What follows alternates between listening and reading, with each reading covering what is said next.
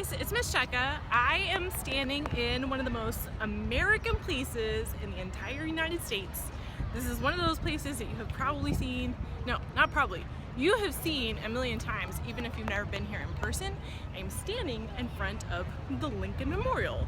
And the reason I know that you have definitely seen it a million times is that the Lincoln Memorial is the little tiny building with columns that is on the penny. So if you've ever seen a penny, you have seen the Lincoln Memorial. It's also in a ton of movies. It's basically this big rectangular building with huge columns, and inside it is a massive statue of Abraham Lincoln sitting in a chair, many times bigger than human size. And he's sitting in a chair facing out across the Washington Mall, which is not actually a shopping mall. It is a long stretch of grass with a reflecting pool, and in the middle of this long stretch is the Washington Monument, which is a great big obelisk, and at the very end of it is the Capitol building. So in almost all ways, this is like a super American place to be standing in. One time I was standing here, I saw a rainbow. I almost exploded. I mean, other than like a bald eagle flying over, I don't know what could happen. Anyway, I'm here today to talk speeches, because you know that I really like good speech, a lot of good rhetoric. Big fan of rhetoric. So rhetoric are the tools we use in the way that we use words to convince people. So a really good speech would have very effective ways of bringing people over to a point of view, okay? And in order to tell you about this, you can kind of guess where I'm going with it. It's the I Have a Dream speech. I'm going to take you in the way back machine. We're going to go to a lot of different places, talk about a lot of different speeches, but we will end up back here, okay? All right, so to begin with, in the way back machine, since we were standing in this super American spot, we would do a once upon a time. So once upon a time, 1700s, we got 13 colonies, and 13 colonies want to be independent from England. So Thomas Jefferson writes the Declaration of Independence, and he says all these like really wonderful things about unalienable rights, about all men being created equal, about life, liberty, and the pursuit of happiness. And then they wrote the Constitution. Constitution starts with "We the people," and to get their independence from England, they become a country. Everybody lives happily ever after. Everybody is equal. Yay! All of that is true except for the last part. We did not live happily ever after. Spoiler alert. We actually had these huge problems. And the huge problems are evident in the words, right? So we say the word equality, but Thomas Jefferson, the guy who wrote it down, many good qualities and definitely worth studying. But he wrote that down, but he actually owned slaves. And when I say he owned slaves, I mean he owned some of his own children. As in, when his white daughter got married, he gave the white daughter his African American daughter, who was a slave, as a wedding present. That's very messed up. So that word equality, it's there. It's a good word. It's a good document. But just from like the snippet of personal history of the person who wrote it, you can see this is not a brand new country that has all of its issues resolved. And in fact, if you fast forward into the 1860s, you know, it never gets resolved. We have slavery, it's very bad, and we get the Civil War. So the Civil War happens for a variety of different reasons. If you were to ask the southern states, why are you now engaged in civil war? They would say, states' rights. So you could ask them, oh my gosh, states' rights. Rights are a good thing? What right do you want? They would say, well, the right that we want in our states is that we do not want the federal government to tell us to stop buying and selling people, because we really want to keep buying and selling people and then not paying them for their work. I don't know what to tell you. States' rights. So that's one. Then you have these white abolitionists. And what I'm saying here, these are generalizations, okay? This doesn't apply to every single person in this group. But in a broad generalization, you have all these abolitionists who say, like, we should have a civil war because we should not be buying and selling people, because that is a bad thing. Which, like, you know, then you would have people like Abraham Lincoln. And Abraham Lincoln is like, I would like to fight this war because I believe in a union. I do not think that we should be a million different, you know, tiny countries. I think we should union. And then you have, oh, God bless. Then you have people like Frederick Douglass, who is an abolitionist, but he's also an African American. And Frederick Douglass can and did talk to Lincoln and say, and he talked to other abolitionists, and he said things like, hey, listen, the fact that you no longer want to buy me or sell my children or my wife or my parents or my family, that's aces, you know, that's great. That's also a pretty low bar. This doesn't really feel like an end point. Like, a better end point would be, not only would I like to not get bought and sold, I would like to get paid whenever I work, but I also feel that it would be fair that for the millions of African American people who are here in this country, we should get citizenship, and we should have equality defined as, like, we can vote, we can live where we want to, we can work where we want to, this sort of thing. So the war is fought for, you know, all kinds of different reasons, and over the course of the war, viewpoints shift, and Abraham Lincoln gives an extremely moving, very beautiful, very famous speech called the Gettysburg Address. It's very short, very, very, very short. He starts out the speech by doing a callback to those first big documents. So he starts out the speech by saying, 77 years ago, our forefathers, blah, blah, blah, blah. And he quotes from the Declaration of Independence. He talks about the proposition that all men are created equal. And he uses what I would call church language. He's standing on a battleground. He calls it this hallowed ground, right? And in my opinion, this shows kind of his change of heart of what the war was all about. The upshot is that Abraham Lincoln goes on. He's not just the president during the Civil War, but he also signs the Emancipation Proclamation, which frees all of the slaves in the Union-held northern states. And he pushes through these amendments that allow former slaves citizenship, grants them citizenship, and also the right to vote. So it feels like he came closer around to the Frederick Douglass idea of not just like, hey, not slavery, but actual equality. And he paid the price for this. He ends up getting assassinated. So that was Abraham Lincoln. And on the other side, on the Confederate side, the president of that country, if you want to call it, but like the rebellious states, was Jefferson Davis. Okay, so Jefferson Davis gets elected president of the Confederacy, and he gives a big inaugural address, which is the speech that a president gives, or an elected leader gives in their first, it's their first big speech, basically. He gives it on the steps of the State House in Alabama. Okay, so war ends. Everybody lives happily ever after. You already know that's not true. So what ends up happening is that now, on paper, there's more equality, but in practice, there's still not. So 1860, 1870, 1880, 90, 100, you have unwritten rules across the country where there's definitely not equality. But you also have actual written policies in the South called Jim Crow laws, where it's not just that there's not equality, there are laws that actively disallow people who are African American from accessing like the basic rights of citizenship. So you can't live where you want to. You can't vote, so you can't change any of the policies, and none of the elected leaders feel accountable to you because you can't vote. And also there is segregation. Now, today we have an idea of segregation as like, oh yeah, that's the thing.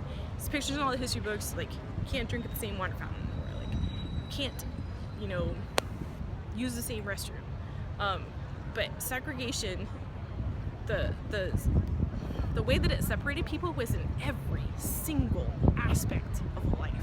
Like, when I say the schools are segregated, this would be like elementary school all the way to university. You couldn't go to the university that your tax dollars are paying for, and maybe there wasn't a university for you to go to. Elementary school, middle school, high school, separate. Libraries, train stations, bathrooms, restaurants, tables, just every day from morning till dawn, every single aspect of your life would be separate. And anybody who tried to push back against this was met with very violent responses, sometimes not violent responses that were equally pretty bad, you know. So if you, for instance, tried to vote and you lived in a little town in Mississippi, your name could be published in the paper, and then your employer would see it and you would get fired. Or your church would get firebombed. Or there's the KKK who they could kill you, they could threaten you. This is really bad stuff that could happen. So effectively, for those 100 years, people don't have rights. So now, let's fast forward in our way back machine to the 1960s, okay? 1960s.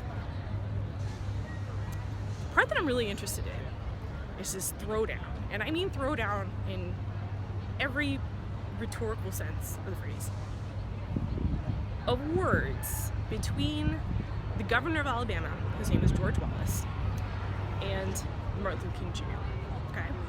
So, knowing the history you know, picture this.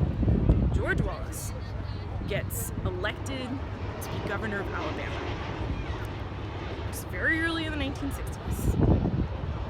There's this push where African American people are now wanting to, like, we would like to exercise our rights and go to the schools and, you know, have the services that we're paying for.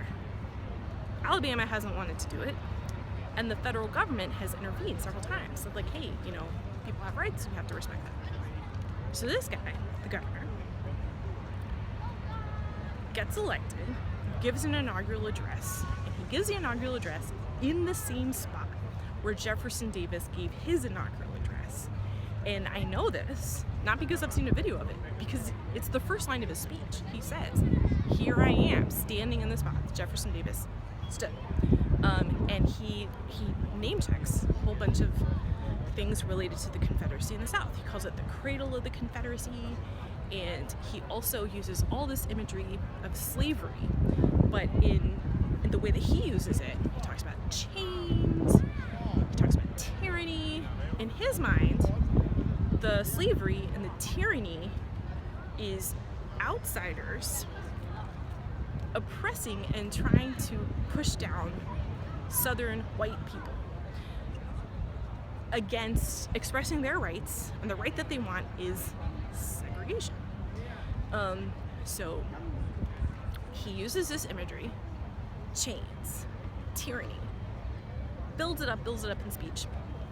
Very early on in the speech, he says, as clearly and directly as possible, toss down the gauntlet at the feet of tyranny. Segregation now, segregation tomorrow, segregation forever. You could not be more clear on what his meaning is, right? Because he's saying it in the same spot where the President of the Confederacy stood. He name checks the guy. He talks about chains and tyranny, and he lays out what his position is. So, because he makes this speech, people know what his position is. That in his mind, if you're a citizen of Alabama and you're white, the governor thinks that the bad guy is the federal government, and that if you stop black people from eating or going to school where they want to, you are the good guy. And a lot of bad things happen afterwards. There's church bombings, tons and tons of arrests, horrible things happen. The thing that I find super interesting about this speech is this turn of phrase that he uses, toss down the gauntlet. So this phrase, toss down the gauntlet. If you speak Spanish, you know, these are your manos. Estos son mis manos.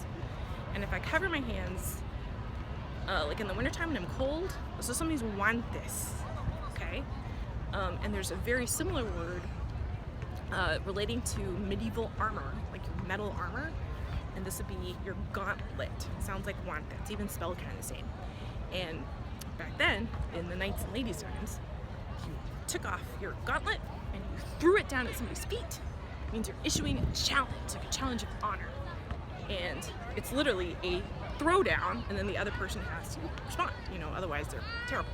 So, in this instance, you know who picks up that gauntlet? MLK. And MLK, as we know, is a Baptist preacher. The life lesson is, I do not suggest getting into a war of words or rhetoric with a Baptist preacher. I definitely do not suggest it with MLK. So MLK takes a lot of the elements of Wallace's speech and then he one-ups it, okay?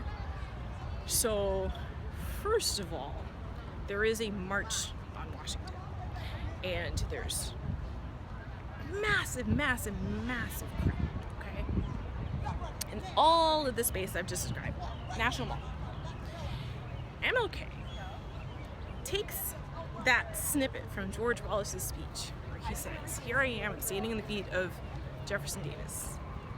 And he paints a picture with his words, but then he also paints a picture with the statue. So MLK starts his speech. He says, 57 years ago.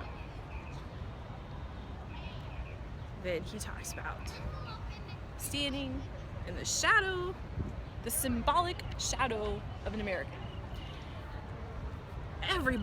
Everybody knows what he's talking about, right? 57 years ago is just like Lincoln's Gettysburg Address 47 years ago. And also when he says in whose symbolic shadow he stands, he also means like the actual literal shadow. Like he is standing at the feet of Abraham Lincoln, using Lincoln words. And then he calls back Lincoln's callback. So when Lincoln had talked about all men are created equal, MLK goes there. He talks about, you know, all men are created equal. He talks about the Declaration of Independence. He talks about, you know, unalienable rights, life and liberty and the pursuit of happiness. So he is like, you're gonna stand in front of Jefferson Davis? I stand in front of Lincoln. I'm gonna talk about the Constitution. I'm gonna talk about the Declaration of Independence. And then he builds on it from there. But he's a master at it. I mean, he brings in the Bible. He brings in the founding documents. He brings in Shakespeare, all of it. And one of the beautiful things I think he does is that you look just at the pronouns. So pronouns are like I, you, me, he, she, it. Wallace says over and over again, we, us, our. He's very specific about who we is, all right? We are the people who voted for him, who are white. He's the only people that vote for him. MLK starts the we. He's talking about African Americans, but in his speech, he acknowledges that there are both black people and white people in the crowd, and then he connects them with his words. And then every point after that, when he says we, he means Americans, not just one race or the other. And he uses that word we 35 times. He uses the word together 7 times. So it's this idea that he builds on. We, together, us, right? And then using that foundation that he's made with his words and in this symbol that he's standing in front of, then he starts talking about the future. And where in the other speeches when it had talked about equality or freedom or chains or whatever, he made it really real and really specific. So first of all, George Wallace had all this imagery about like chains and tyranny. MLK's like, don't do that, dude. He uses the words chains and manacles. So this is your mano. Manacle is like the part of the chain that goes near your mano, your hand. But for him, those are, you know, the manacles of segregation. And he's calling back, obviously, to actual physical slavery with actual physical chains. When he says equality, instead of having this kind of vague idea, he paints a picture or a series of pictures that are really, really specific about what that would look like. And it's a beautiful picture. It's little kids playing together. He names kind of state by state a vision of where all of these beautiful things could happen. Those parts of his speech, that's where you see in the internet memes. You know, once a year, MLK Day, you'll see a little picture of MLK and then this nice quote. But when you see the internet memes, it kind of loses the depth of like that speech. Had so much punch to it, and it was such a sharp and pointed response to this other guy. So if Wallace is saying, I'm gonna name check American history, and I'm gonna paint this dark vision, MLK says, yeah, I'm also gonna name check history, but I'm going to paint us a future vision that's hopeful and that's possible, that's better. So if you come and visit the Lincoln Memorial, you will be able to see Lincoln standing right there, and then engraved on the walls on one side is his first inaugural address, on the other side, the second inaugural address, and then there's this little circular plaque in the ground, and that is the exact spot where MLK gave that speech. So I hope that all of you take the time one day to listen to the entire I Have a Dream speech. I hope that all of you get a chance, like come to DC, see all the stuff, and that's all I got. Miss Checka, out.